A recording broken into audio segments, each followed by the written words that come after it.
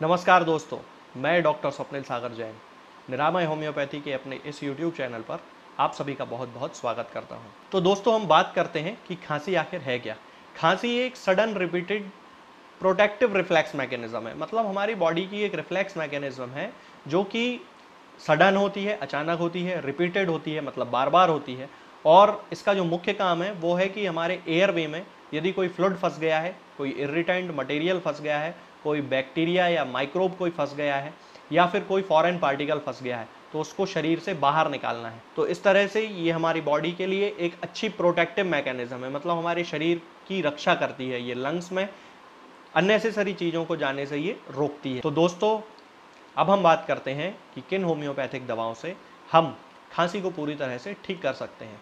तो सबसे पहले जो मेडिसिन सर्द मौसम में यानी कि ठंड के मौसम में जिसका सबसे ज़्यादा उपयोग होम्योपैथी में किया जाता है खांसी की प्रथम अवस्था में, यदि कोई ऐसा पेशेंट है, कोई ऐसा बच्चा है जो कि कहीं बाहर गया है ठंडे मौसम में और उसको ठंडी हवा के कारण बहुत ज़्यादा एकदम से खांसी चलने लगी है, तो उस कंडीशन में एकोनाइट बहुत अच्छी मेडिसिन है।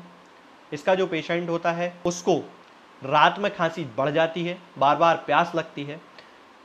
ठंड के मौसम में होने वाली कोई भी बीमारी जैसे कि ब्रोंकाइटिस, न्यूमोनिया या क्राउड, इनकी फर्स्ट स्टेज में हमें सबसे पहले एकोनाइट के बारे में सोचना चाहिए। एकोनाइट हमें 30 पोटेंसी में उस पेशेंट को देना चाहिए। इसकी 2 बूंद दिन में 4 बार 3 दिन तक यूज़ करने से किसी भी तरह की खांसी को उसकी प्रथम अवस्था में ही समाप्त किया जा सकता है।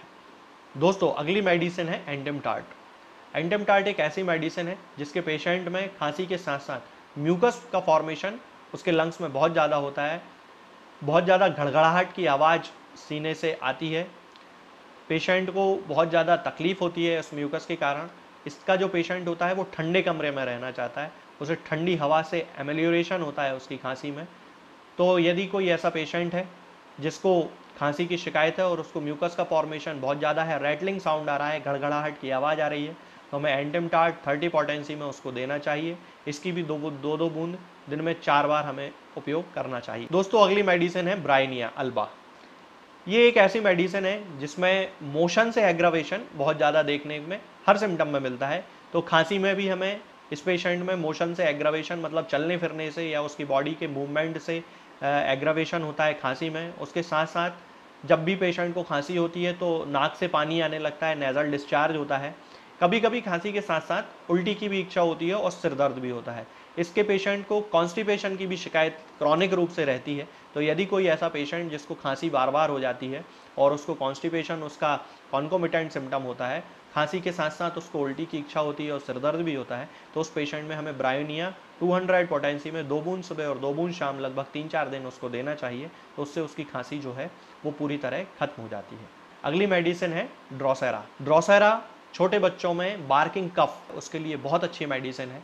इसका जो पेशेंट होता है, चाहे वो बच्चा हो चाहे वो एडल्ट हो, उसमें लेटने से और रात में खांसी जो है वो बढ़ जाती है।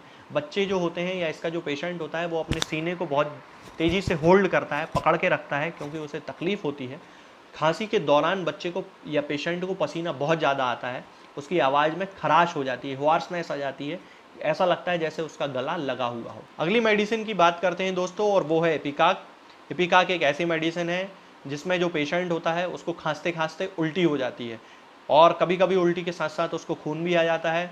इसका जो पेशेंट होता है उसको गर्म कमरे में उसकी खांसी बढ़ जाती है, छींकें आने लगती हैं।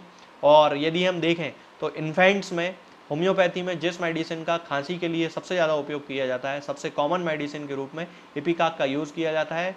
ऐसे बच्चे जिनमें खांसी के साथ साथ उल्टी की शिकायत बहुत ज़्यादा होती है, उनको एपिकाक हमें 30 पोटेंसी में देना चाहिए। और इसकी 2-2 बूंद दिन में 3 बार 1 चम्मच पानी में मिलाकर यूज़ करने से लगभग 2 से 3 दिन में खांसी पूरी तरह खत्म हो जाती है। अगली जो मेडिसिन है वो है र्यूमैक्स क्रिस्पस। हिपरसल्फ और ड्रोसेरा की तरह ही बच्चों में होने वाली खांसी के लिए ये एक बहुत अच्छी दवाई है और इसमें भी पेशेंट को ठंडी हवा से खांसी चलने लगती है, इसकी खांसी भी रात में बढ़ती है।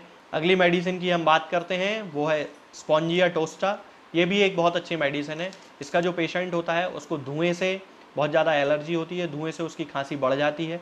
ठंडे मौसम में गर्म कमरे में उसको खांसी बढ़ जाती है। तो यदि कोई ऐसा पेशेंट है जिसको ये सारे सिम्टम आपको दिखाई देते हैं तो हम उसमें स्पॉन्जिया टोस्टा 30 पोटेंसी में दे सकते हैं। 2-2 बूंद इस मेडिसिन की दिन में 3 बार 1 चम्मच पानी में मिलाकर हमें यूज़ करना चाहिए। अब बात करते हैं नॉन प्रोडक्टिव कफ यानी कि सूखी खांसी के बारे में। तो सूखी खांसी के लिए जो मेडिसिन आपको लेकर आना है वो है स्पॉन्जिया टोस्टा, एकोनाइट और हिपरसल्फ।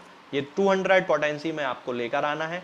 इन तीनों की 10-10 ml की मात्रा को 30 ml की एक वाइल में इकट्ठा कर लें और उसको अच्छे से शेक कर लें और उसमें से 2-2 बूंद दिन में 3 बार 1 चम्मच पानी में मिलाकर किसी भी ऐसे पेशेंट को जिसमें सूखी खांसी हो, नॉन प्रोडक्टिव कफ हो, हम उसको दे सकते हैं और 2 से 3 दिन में ही उसकी खांसी पूरी तरह से ठीक हो सकती है।